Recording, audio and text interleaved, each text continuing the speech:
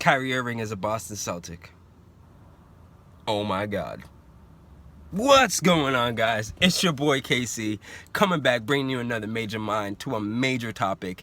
And this time, we are talking about the fantastic 2017 NBA offseason.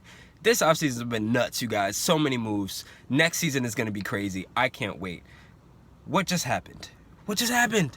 Kyrie has been traded to Boston, which is pretty close to me. I'm from the Boston area, for Isaiah Thomas, Jay Crowder, Ante Zizic, and potentially the number 1 pick in next year's draft, but definitely a first rounder. That is wild, guys. So I'm gonna give you my 2 cents about this real quick. What I think about the Cleveland Cavaliers, what I think about the Boston Celtics, what I think about Isaiah, Kyrie, what I think is going on here. First of all, I'm just going to come out and say, I think the Cavs kind of won this trade. I do. Considering the fact that they had no choice but to make this trade. Considering the fact that they might have ended up with Eric Bledsoe in a bag of peanuts. Considering that they might have ended up with just a bag of peanuts. Considering that they can't find a way to trade Kevin Love. Considering Carmelo don't want to come to Cleveland no more. They kind of came out on top with this. So, let's look at it. Isaiah, points-wise, in a regular season, he puts up more points than Kyrie. But when you consider the playoffs, Kyrie might be a more effective player than Isaiah. A good way to put it. More effective. They're around the same player, but I think Kyrie might turn out to be a more effective. He's definitely more effective on defense because he's bigger. But for Cleveland, they're getting pretty much the same point production back in Isaiah, right? So offensively, they're not losing much at all. But Jay Crowder, that's a big deal.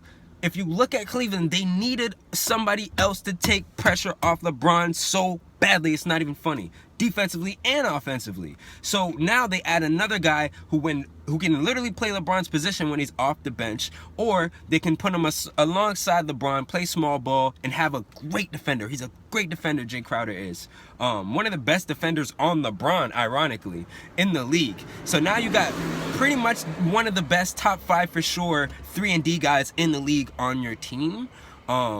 To help make up for that defensive liability that Isaiah is. So while in trading Kyrie, they got a little bit worse defensively, they got a little bit better defensively with Jay Crowder. So it's like, boom, they kind of like evened out in a way. Now, you throw in Ante Zizic, they kind of needed a big man. We'll see what that turns out to be. That first round pick, that could be the number 1 overall pick. That is crazy. Now, LeBron could leave next year. I'm not really going to touch that. I don't think so. I'm not going to talk about that.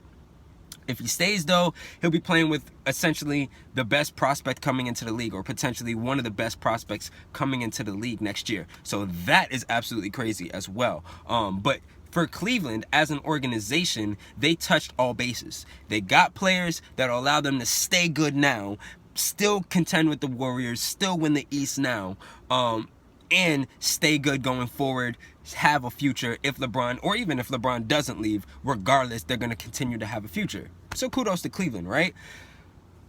Boston. I don't think they gave up too much, but they could have potentially given up too much. I think if that number 1 pick turns out, if that first round pick turns out to be the number 1 pick, and I have a video coming out about the Brooklyn Nets, I made it before this trade, but whatever.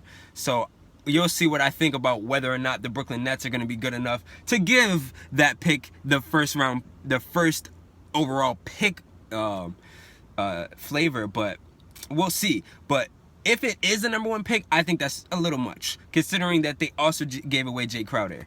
The Isaiah thing, I think they were getting ready to get rid of Isaiah. They were going to keep him this year, but they might have gotten rid of him next year. They definitely didn't want to pay him. So the Celtics traded Kyrie for Kyrie. They definitely would rather pay Kyrie, so I hear them on that. I definitely hear the Celtics on that.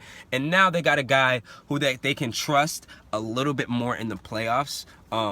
Maybe not injury-wise, because they're both kind of injury-prone, but effectiveness, they know Kyrie's a champion. Kyrie has hit more big shots. Isaiah is very clutch, but Kyrie is hit more big shots than Isaiah. So they got a star.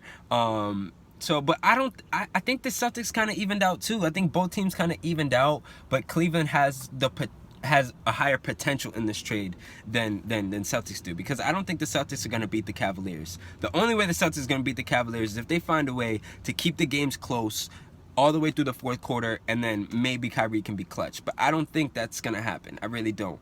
But I'm still giving kudos to Boston because that is dope. Kyrie is a winner in this trade because Kyrie gets up off of... It's a kind of... You can't really ask for much better of a scenario if you're Kyrie. You kind of can't, because he wanted to be the man, so he's definitely going to be the man. Gordon Hayward, I don't think he's going to have a problem being a 2. He's definitely going to be the man. He's on a franchise that adores their players. Trust me, I hate Boston fans for the most part. They love their team. So Kyrie's going to be the man for sure. He's going to get...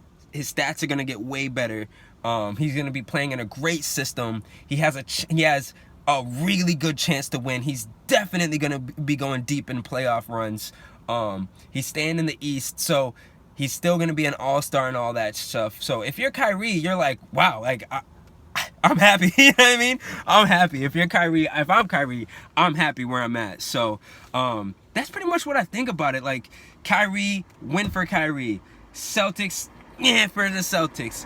Cavaliers, win for Cavaliers. Isaiah, I feel kind of bad for Isaiah. He's got to play next to LeBron. He may not get a next contract next year, but he could win. So that's he could end up winning a chip. So he's definitely gonna make it to the finals. So that's good for Isaiah.